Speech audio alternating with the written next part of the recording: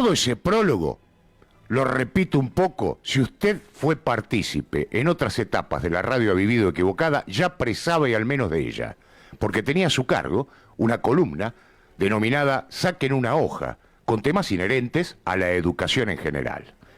Bienvenida a esta revuelta, Romina de Luca. ¿Cómo están? ¿Cómo estás, Gustavo, tanto tiempo? Tanto tiempo, es verdad. Bueno, te convocamos nuevamente, Romina, porque nosotros titulamos este espacio, este momento, este segmento contigo, con el título La educación hoy. Si querés podemos dividirlo, educación formal, educación no formal, en sus distintas etapas, primaria, secundaria, universitaria, como vos quieras. Bueno, yo no los estoy viendo, ¿eh? Está bien, no te hagas problema, bueno, pero te escuchamos si ustedes perfectamente. me escuchan bien y ven bien, Perfectamente. seguimos. Perfecto. Bueno, a ver, si pensamos en la educación hoy, en realidad yo lo primero que pensaba como para señalar es que vivimos en una eterna calecita, ¿no? En el sentido de la reiteración de los problemas que tenemos ya hace muchas décadas. Y también lo que pensaba es en esta idea de pensar la educación hoy, la coyuntura, porque, como los oyentes sabrán, como ustedes sabrán, Cristina fue trending topic más o menos ayer por su participación en el Congreso Educativo Nacional que se organizó en la Facultad de Ciencias Sociales de la UBA. Y ahí me parecía muy interesante pensar cómo aparece una reiteración de los problemas que afectan a la educación hace mucho tiempo, eso por un lado, de la incapacidad de la clase social que nos gobierna y dirige el destino de la educación y lo estructura en una sociedad en decadencia en términos de sus relaciones sociales, que se manifiesta a través de muchos indicadores, y obviamente de poder resolver los problemas de la educación. Y en ese sentido también lo que me parecía interesante encontrar es cómo aparecía un consenso liberal en su discurso, ¿sí? que pretendía diferenciarse de Milei en torno a la necesidad de, por ejemplo, ¿sí? de ajustar a la docencia, de pensar a la escuela en términos no de su función educativa, sino de su función de contención social, de insistir en políticas de paraestatalización educativa, esta idea de tenemos 60.000 establecimientos, pero que hay que utilizar los clubes de barrio para sacar a los pibes de la calle, o para garantizar la jornada completa, cosa que uno puede coincidir. Bueno, efectivamente la jornada completa debería ser, digamos, aparecen las leyes educativas, no se cumplen, y es una necesidad de las familias obreras, pero que el mismo Estado que dice que pretendería regenerar la institucionalidad, no saque como conclusión que si faltan escuelas hay que construir más escuelas, y no suponer que un club barrial puede convertirse en una escuela. Bueno, es todo un dato como para poder pensar que efectivamente, retomando el hilo que ustedes plantean, si pensamos de la educación hoy, uno puede preguntarse a quién le importa la educación hoy, ¿no? En términos de quienes tienen en sus manos el gobierno de nuestros destinos, ¿no? Porque está claro que a las familias les interesa la educación, a los docentes nos interesa la educación, pero sin embargo, digamos, bueno, estamos como acostumbrados y acostumbrándonos a este proceso largo de degradación educativa donde todo parece que la escuela avanza hacia un lugar de no educación y de contención social. Inclusive, del otro lado de la grieta, si lo pensamos en términos de qué ha hecho el gobierno nacional hasta hoy, es, en el mejor de los casos, como política educativa, lanzar una campaña de alfabetización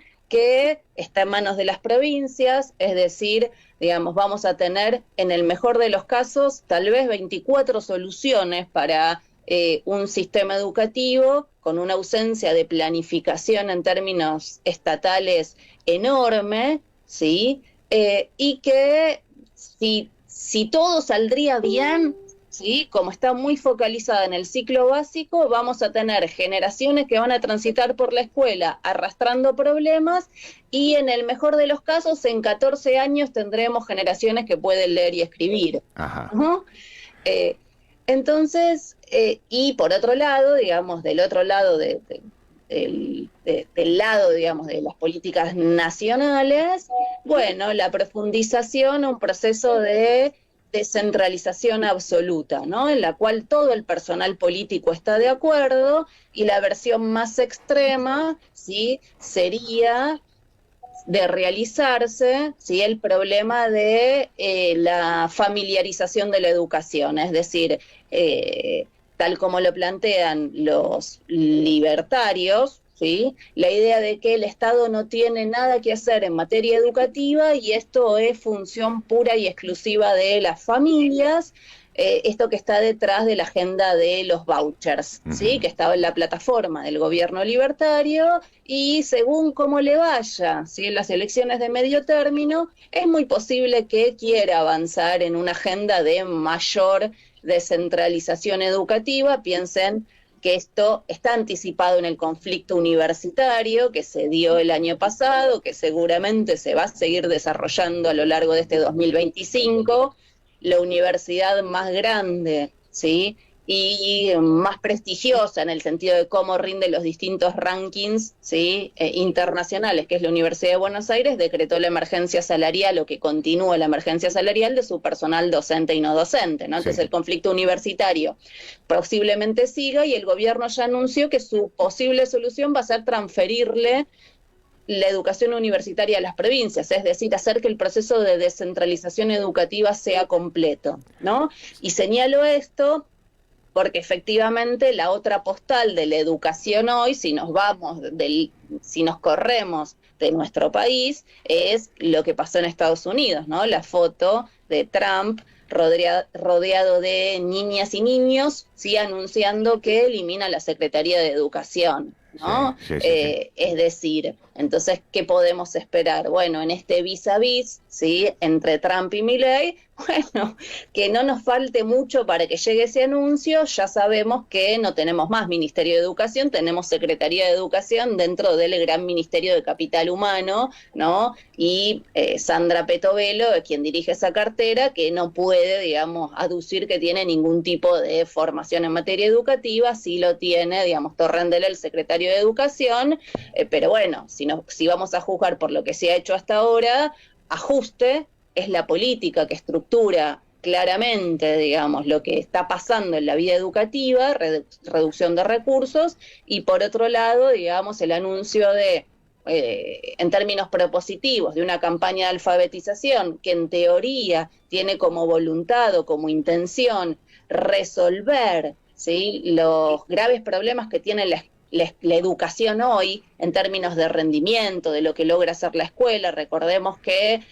los indicadores más o menos nos dan, ¿sí? Que entre un cuarto y un tercio de nuestros estudiantes no comprenden lo que leen al terminar la escuela primaria, ¿sí? Que 1 de cada 2 estudiantes de la escuela primaria no comprende lo que leen los primeros grados, ¿sí? Y si miramos en términos de matemática, de las competencias matemáticas, estos problemas, ¿sí? Son mucho más acuciantes. Casi 4 de cada 10 tiene problemas para resolver ejercicios simples en matemática, y este número crece a casi más de 7 de cada 10, ¿sí? Cuando terminan la escuela secundaria, Está ¿no? bien, Romy, perdóname.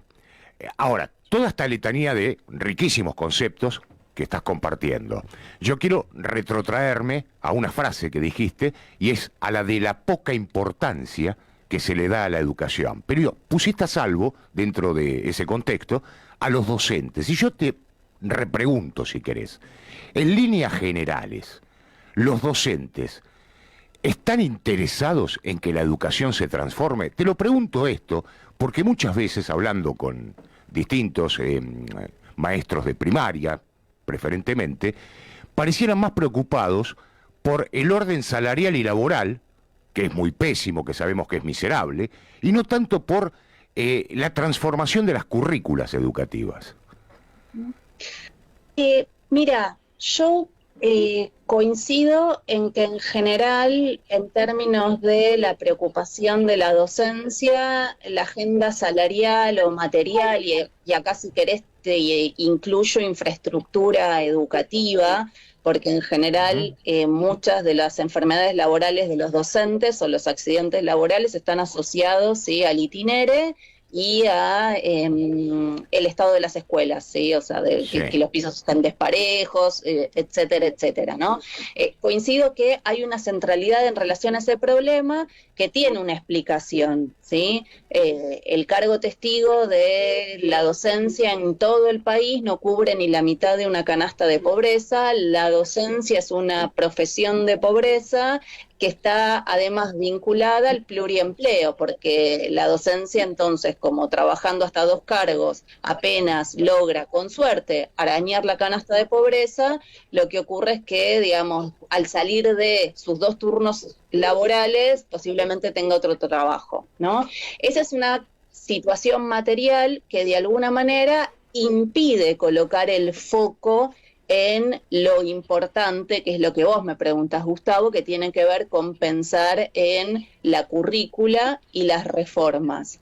Yo creo que producto de esta grave situación material y salarial, en general a la docencia no le queda tiempo mental para constituirse como intelectuales y como creadores de las soluciones que necesita el sistema educativo y que tiene que ver con pensar, ¿sí? Bueno, cómo en lugar de sufrir la política educativa, régimen académico, promoción automática y o acompañada, degradación de los contenidos, o sea, todos estos fenómenos que aparecen en la política educativa, la docencia las sufre, ¿sí?, en términos de su cotidianeidad laboral, y no puede colocarse como un sujeto colectivo que construya las soluciones para estos problemas. Está bien. Me parece que esto es la agenda de lo urgente y la agenda de lo necesario, ¿no? Y en ese sentido esto le pasa a la docencia en términos individuales y aparece muy fuerte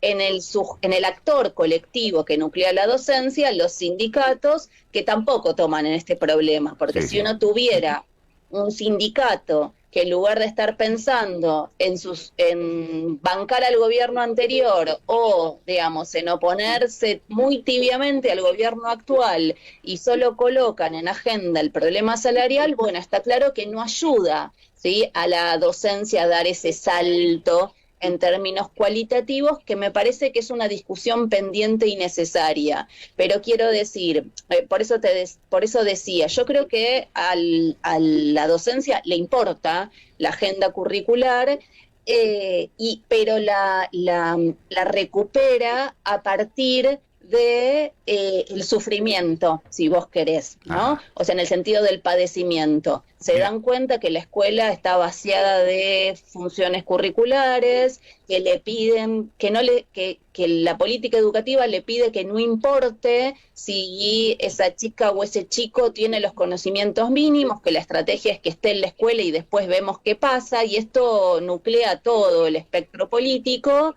Y en ese sentido entonces están como muy entrampados en, bueno, querría elevar el nivel, pero constreñidos por esa agenda material, están imposibilitados de desarrollar eso está claro, y no hay ningún actor en términos colectivos que recoja este guante, que dicho sea de paso, ¿no?